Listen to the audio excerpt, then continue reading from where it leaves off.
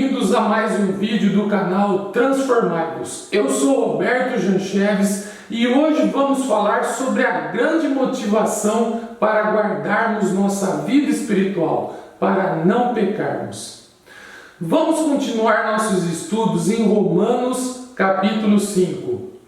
No versículo 12, Paulo vai introduzir um assunto, uma ideia que não temos encontrado na carta aos Romanos até agora.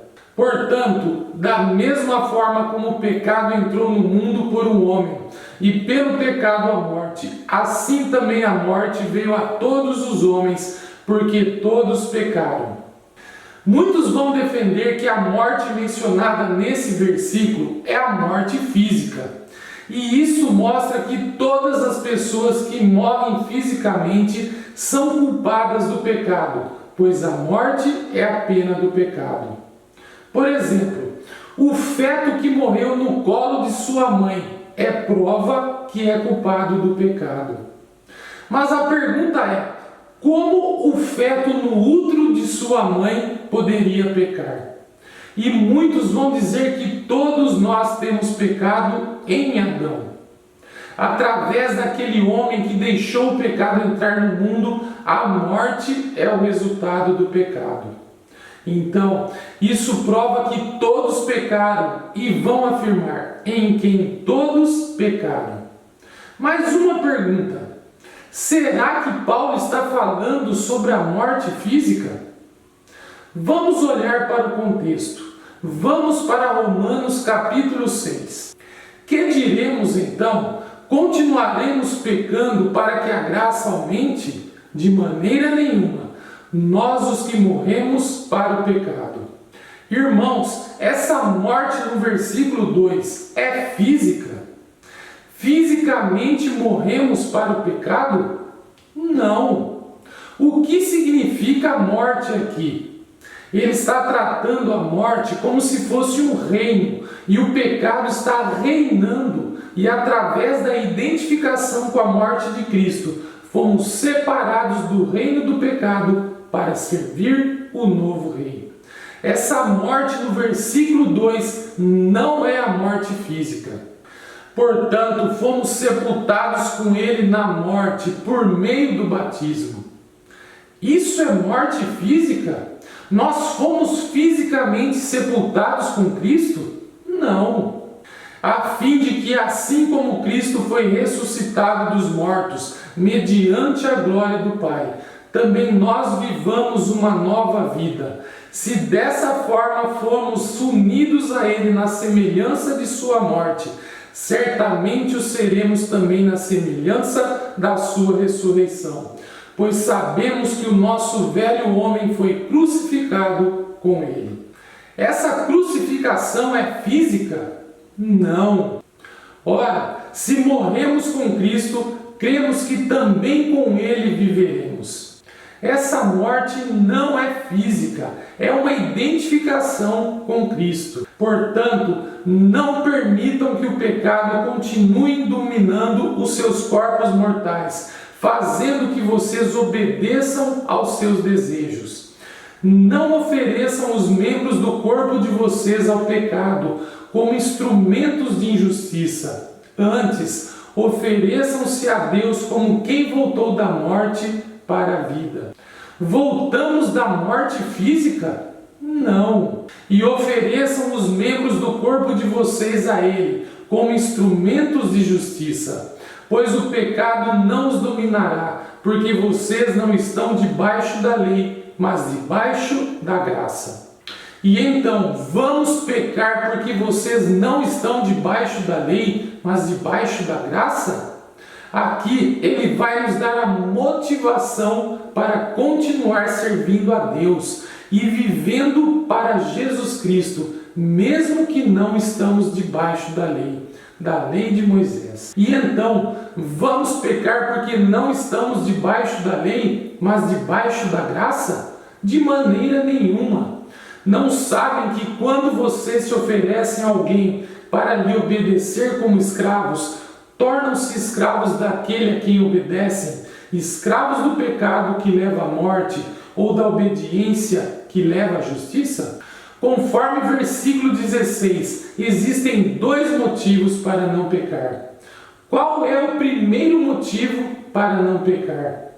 Qual é o resultado de obedecer ao pecado? Você se torna o quê? Escravo.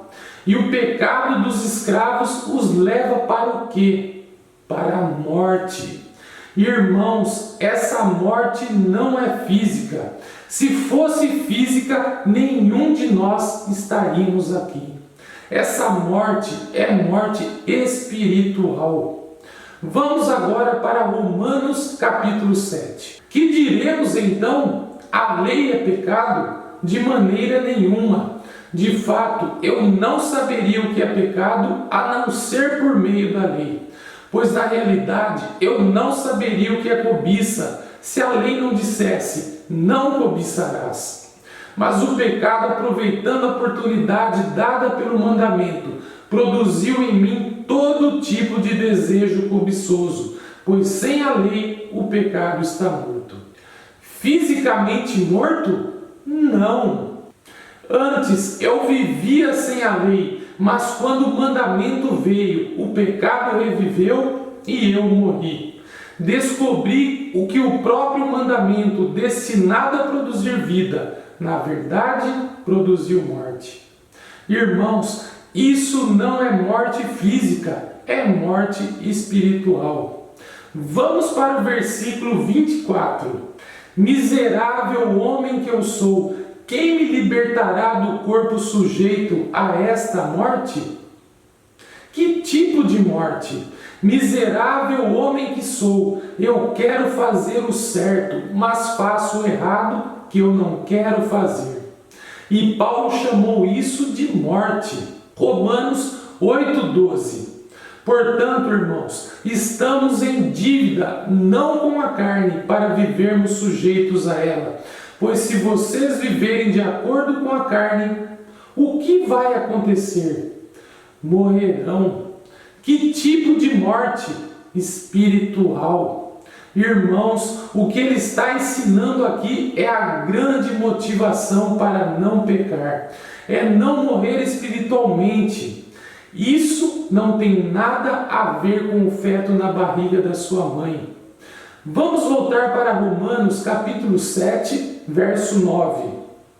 Paulo falou sobre a vida dele antes de ouvir a lei. Antes eu vivia sem a lei, mas quando o mandamento veio, o pecado reviveu e eu morri.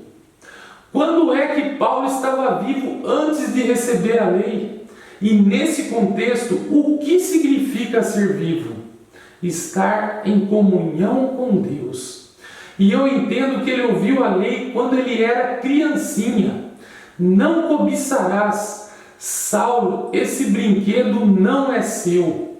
E quando a mãe estava impondo a lei de Moisés sobre ele, Saulo, não furtarás. E ela impondo a lei sobre o seu filho, fez o quê? Despertou o pecado e provocou sua morte. A criança, antes de pecar, está viva, está em comunhão com Deus. Agora, nós vamos ver que aqueles que afirmam que a morte é física estão em contradição com o próprio livro de Gênesis. Gênesis capítulo 2, verso 16. E o Senhor Deus ordenou ao homem: coma livremente de qualquer árvore do jardim. O mandamento de Deus é claro: comer livremente de qualquer árvore do jardim. Por isso, o ascetismo está querendo nos retirar o prazer que Deus nos deu da comida que Ele criou. Verso 17. Mas não coma da árvore do conhecimento do bem e do mal, porque no dia em que dela comer, certamente você morrerá. Em hebraico, isso é enfático: morrendo, você vai morrer. Adão morreu no dia em que comeu da árvore? Fisicamente não. Que tipo de morte? Espiritual. E como nós podemos saber que Adão morreu espiritualmente depois que comeu da árvore? Porque ele fugiu e se escondeu de Deus. E então, por que a morte física? Gênesis 3, 22. Então disse o Senhor Deus: agora o homem se tornou como um de nós, conhecendo o bem e o mal. Não se deve, pois, permitir que ele tome também do fruto da árvore da vida e o coma, e viva para sempre. Por isso o Senhor Deus o mandou embora do jardim do Éden para cultivar o solo do qual fora tirado. Depois de expulsar o homem, colocou a leste do jardim do Éden querubins e uma espada flamejante que se movia, guardando o caminho para a árvore da vida. Então, por que Deus expulsou o ser humano do jardim do Éden? Para o homem não ter acesso à árvore da vida e viver eternamente em pecado. Deus não quis que seu filho vivesse naquela condição horrorosa para sempre. Assim, a morte física foi um ato de misericórdia. Por isso que Paulo falou: com minha mente eu quero servir ao Senhor, mas no meu corpo eu vejo outro princípio que luta contra a minha mente. Isso significa que a natureza pecaminosa está onde? No corpo. Então, para você ser livre da natureza pecaminosa, Deus tem que te livrar do quê? Deste corpo. Irmãos, eu vou fazer uma pergunta. Jesus teve medo da morte física? Paulo teve medo da morte física? Não. Simeão no templo teve medo da morte física? Senhor, eu tenho visto o teu Messias, deixa teu servo partir em paz. O propósito da morte física é para não vivermos num mundo decadente, num corpo pecaminoso para toda a eternidade. Adão morreu no dia em que ele comeu, mas aquela morte não era física, é espiritual. Quem peca morre espiritualmente, inclusive o crente. Olhem o que Paulo diz em Romanos 8,13. Porque se viverdes segundo a carne, caminhais para a morte. Agora, quando eu falo que o crente pode morrer espiritualmente, qual a pergunta que eu vou ouvir? Então, isso significa que ele perdeu sua salvação? Irmãos, por acaso vocês já ouviram um casal dizer: nosso casamento está morto? O que eles querem dizer com isso? Que não tem mais amor, não tem mais comunhão, eles não namoram mais. Mas eles ainda são casados? Sim, são casados. Então, se eles não têm mais comunhão, o casamento não tem vida. O que está mantendo eles casados? A aliança. Irmãos, isso é a mesma coisa conosco cristãos. Nós somos casados com Cristo. Mas a Bíblia fala que se você está vivendo na escuridão, Deus não anda com você. Você rompe a comunhão com Deus. Mas mesmo que rompamos a comunhão com Deus, e como Adão, nós estamos fugindo para as árvores, o que está mantendo a salvação é a aliança. Mesmo que nós somos infiéis, Ele permanece fiel. Irmãos, por acaso já aconteceu com vocês de na sexta-feira ou sábado você cometer um pecado e depois no domingo pela manhã você quer orar a Deus e você percebe que existe um abismo entre você e Deus? Você foi para a igreja e a mensagem não tem sal, as músicas não te alegram e não aliviam seu coração. Você estava morto, você rompeu comunhão com seu Deus. E Paulo está introduzindo em Romanos 12, não a morte física, mas a morte espiritual de Gênesis capítulo 3. Existe também um argumento que afirma que todos pecaram no mesmo momento. Mas se você fizer uma pesquisa sobre o verbo no grego, você percebe que isso não faz sentido. Nós encontramos essa mesma frase, porque todos pecaram, em Romanos 3,23. Porque todos pecaram e destituídos estão da glória de Deus. Esse versículo é o resumo de Romanos 1, 2 e 3. O homem ímpio pecou, o homem moral pecou e o homem religioso pecou. Todos pecaram. Mas ele não está dizendo que todos pecaram no mesmo momento, na mesma pessoa. Paulo está resumindo o pecado de todas essas pessoas, desde Adão até hoje, dizendo: todos pecaram. O argumento aqui que todos nós temos pecado em Adão ignora a frase em Romanos 3:23. Então, o argumento de que todos pecaram no mesmo momento está totalmente equivocado. Ele está dizendo que o pecado, que Adão deixou o pecado entrar na porta, e essa frase, mas o pecado passou para todos os homens. Esse verbo passou foi usado, por exemplo, de um homem que estava viajando de uma cidade para outra. Não é que ele viajou para todas as cidades ao mesmo tempo, mas que ele foi para uma cidade após a outra. A ideia aqui é que o pecado entrou através de Adão, mas viajou através do ser humano, porque cada vez que alguém pecou, a morte entrou. Romanos capítulo 7. Eu estava vivo antes que eu pequei, mas quando pequei, eu morri. O pecado viajou para ele. Então, ele está explicando como é que o pecado veio para todos nós, e não como veio a morte física para todos nós, mas como veio a morte espiritual. O ser humano ficando fora da comunhão com Deus.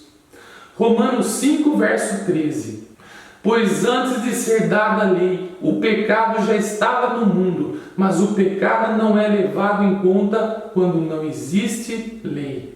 O pecado não é imputado quando não existe lei. Paulo pregou em Atos 17, dizendo que, porque o ser humano não teve a lei de Deus, a Bíblia fala que onde a pessoa não sabe que alguma coisa é pecado de acordo com a lei de Moisés, quando ele fez alguma coisa que não sabia que era errado, isso não é pecado para ele. Mas no momento que ele toma conhecimento de que é errado, agora ele tem culpa do pecado.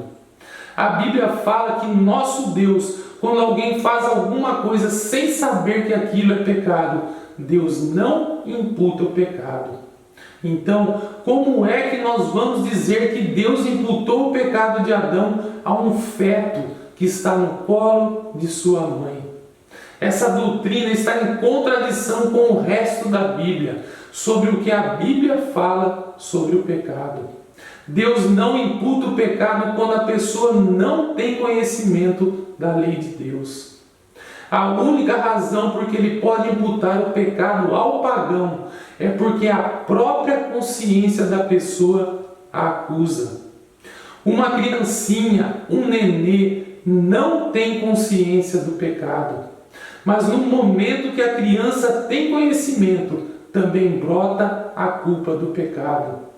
Todavia, a morte reinou desde o tempo de Adão até o de Moisés, mesmo sobre aqueles que não cometeram pecado semelhante à transgressão de Adão, o qual era um tipo daquele que haveria de vir.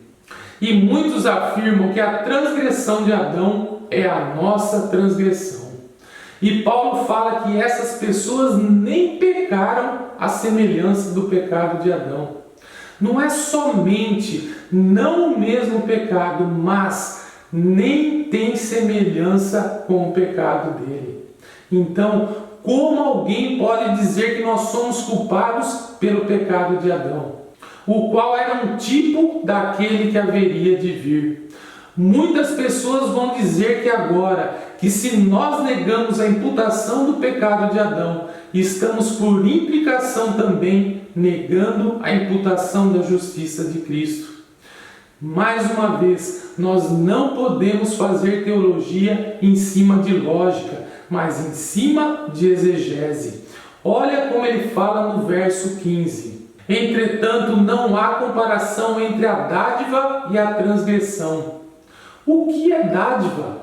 Então, ao invés de dizer que devemos manter os dois em comparação, a resposta de Paulo é: Não existe comparação entre os dois. Pois se muitos morreram, não todos.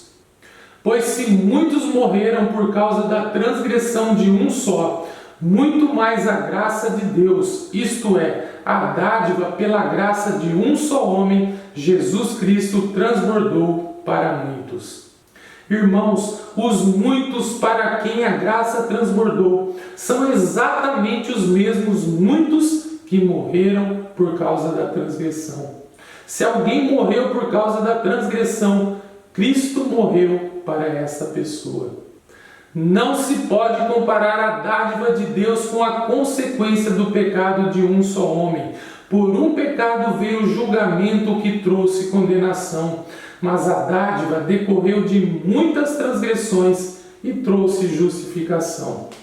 Olha só como está escrito aqui, é muito complicado.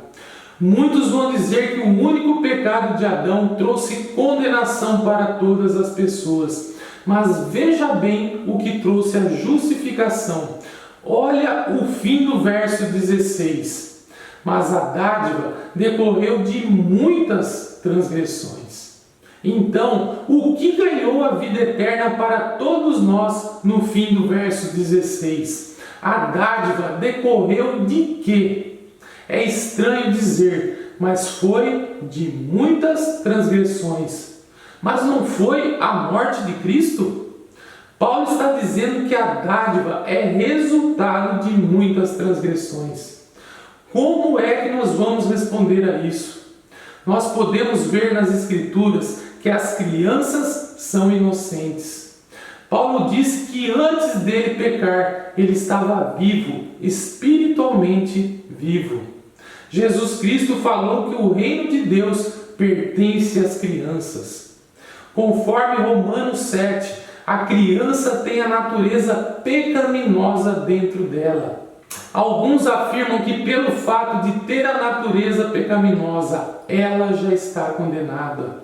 Paulo fala que mesmo que a criança tenha a natureza pecaminosa, ela não está culpada do pecado, até que ela venha a pecar. Vamos pensar no cachorro. Ele já nasce com a natureza para morder, mas o cachorro não é culpado de morder até que ele morda. Mas a natureza do cachorro garante que mais cedo ou mais tarde ele vai morder. Do mesmo jeito, toda criança nasce com a natureza pecaminosa, morta, usando a linguagem de Paulo dentro dela. Mas ela não é culpada de pecar até que ela peque. Mas a natureza pecaminosa dentro da criança garante que ela vai pecar. Mas Deus não imputa a culpa onde ainda não existe conhecimento da lei de Deus. Irmãos, como é que a vida eterna é fruto de muitas transgressões? Por causa de nossos pecados, Deus mandou seu Filho amado Jesus Cristo à terra para viver uma vida perfeita, para ser morto pelos homens, crucificado injustamente, morrendo, e assim pagando por nossos pecados, para que pudéssemos renovar nosso relacionamento com Deus e recebermos a vida eterna. Ele pulou de nossos pecados para a vida eterna, deixando todas as demais coisas do meio para fora. E o fato dele dizer que a dádiva decorreu de muitas transgressões, do mesmo jeito que o pecado de um só homem trouxe a condenação, está dizendo que a conexão entre muitas transgressões e a dádiva não é imediata. A ligação entre o pecado de um homem e a condenação não é imediata. Por causa do pecado de Adão, o pecado entrou no mundo e também a natureza pecaminosa. E por causa disso, todos os homens, quando são enfrentados com a justiça de Deus, pecam e morrem espiritualmente, caindo debaixo da condenação. Ele não está dizendo que a vida eterna é fruto dos nossos pecados, mas é o resultado. E ele não está dizendo que a condenação é porque temos pecado em Adão. Ele está pulando da primeira causa para a última, em ambos os casos. Então, nós não podemos usar o verso 16 para dizer que ele está dizendo que fomos condenados por causa do pecado de Adão. Ele está dizendo que isso foi a causa e que muito mais tarde nós pecamos fisicamente por causa da nossa natureza pecaminosa, por causa de Satanás que entrou no mundo, por causa das tentações que estamos enfrentando. E por causa disso, nós precisamos de Jesus Cristo. Verso 17. Se pela transgressão de um só a morte reinou por meio dele, muito mais aqueles que recebem de Deus a imensa provisão da graça e a dádiva da justiça reinarão em vida por meio de um único homem, Jesus Cristo. Conforme o verso 17, o que você tem que fazer para ser beneficiado pela dádiva? Receber a Deus. Então, Deus está fornecendo a vida eterna, fornecendo a justiça para todos os que pecaram. Os muitos que pecaram por causa de Adão. E Deus oferece a vida eterna para os muitos. São os mesmos muitos. Olhe só o verso 18.